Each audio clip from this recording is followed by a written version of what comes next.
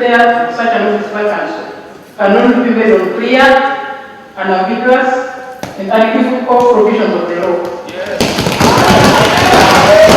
That May 2nd ruling by Speaker Rebecca Kadaga is the bone of contention not only among the NRM ranks but also legal brains. There are unique features in the case that will certainly set a precedent in enforcing party discipline and in law. There are 10 lawyers for the prosecution team of NRM and 9 lawyers on defense of the rebel MPs. This brings the total number of lawyers handling the case now before the Constitutional Court to 19. You could probably get a feel of the battle when prosecution lawyers raised dust in the court after they questioned retired Supreme Court Justice George Kanyeihamba. The professor of law was caught off guard when counsel John Mary Mugisha challenged Kanyeihamba, who is counsel for the rebel MPs, to produce his practicing certificate in vain, forcing court into an impromptu adjournment. Both sides have lined up what you would call the best-known brains in the legal circles. Lawyers representing the NRM are Chiborion Barishaki, John Mary Mugisha, Twinobsinje Severino, Sam Mayanja, Chris Batiza, Joseph Masiko, Patricia Mutesi, Richard Adrol, and Maureen Ijane. The rebel MPs are represented by Justice George Kanyeihamba, Emmanuel Orono, Wandera Ogalo, Caleb Alaka, Nicholas Opio, Joseph Chaze, Francis Kalimo Mgasho, Julius Galisonga, Meda Lubega Segona, and Jude Mbabali. It is also a case where the president and chairman of NRM, General Yoweri Kaguta Museveni, swore an affidavit, a rare show by the president. The other times Mr. Museveni has sworn an affidavit were in 2001 and 2006, when his election as president was challenged in court, and the mandatory affidavit sworn by persons seeking to contest for the presidency. The Constitution protects a sitting president from being sued, but so does it allow him to sue or take such part in legal proceedings against anyone? He's not barred from accessing court. If you steal his cows from Rajpura, he can sue you and therefore bring himself within the ambit of court. But as you also know that our president is a micromanager, he could not delegate such a simple thing, even when there was another affidavit sworn by the Secretary General. No. The onus is on him. Of course, he's the one who brought back this constitution. It was made under his reign, and he has presidential immunity. But if he's willing to say an affidavit, that's already an illegality on him. Let him take what he wants. But what we don't want with the president is interfering with the judiciary. If he chose to swear and give evidence, probably this is only within his knowledge, whether as president or not. We cannot put other people to task to explain things only within the knowledge of the president. For this court to expedite this matter justly, he has to come as Yoweri Kaguta Museveni, not as the president. He did not swear this affidavit as the president of this country.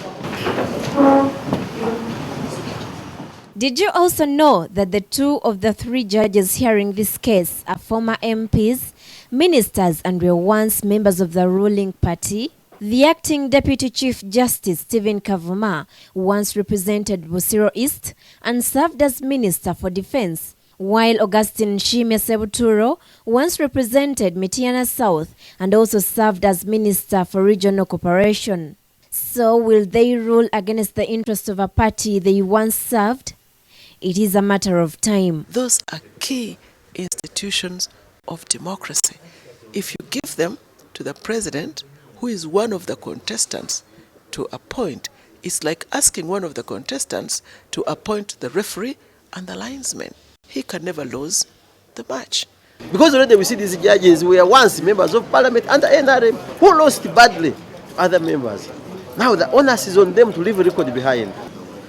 It is also one such unique case where a speaker has been dragged to court to contest a ruling. This adds to the list of unique things that have happened in the 9th Parliament so far. The case also shows how serious the national resistance movement is about party discipline. In the first such case where the Opposition Forum for Democratic Change expelled 2 of their MPs in the 8th Parliament, Betty Olive Namisango Kamya, the Lubaga North MP, and Alex Onzima of Maracha, they never pursued the expulsion of the 2 from Parliament that far. So did the FDC underestimate the need for party discipline? What is happening in NRM, I don't think it is even necessary. The NRM, individuals in NRM are just being vindictive. I think the President and the Secretary General, they just want to score personal wars because one incident which really annoyed them is when the MPs I think the President said something about his achievements and it was in the papers. When I was expelled from the party, they dropped me as shadow minister. They also dropped me from all the committees of Parliament.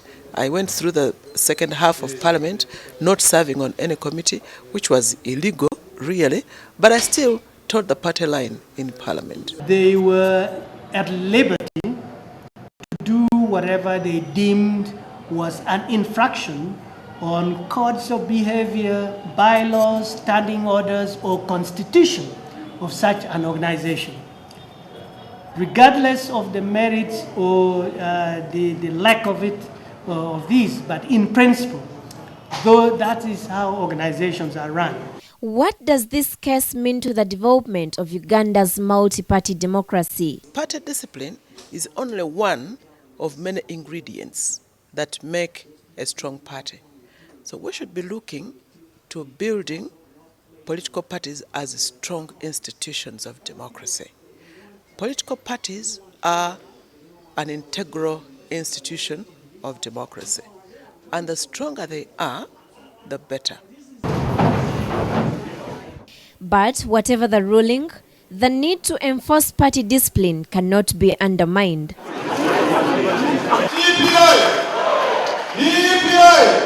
The Democratic Party has just reconciled with a faction involving some of its representatives in Parliament, Lulu Mebaiga, Betty Namboze, and others who had trouble with Norbert Mao's leadership.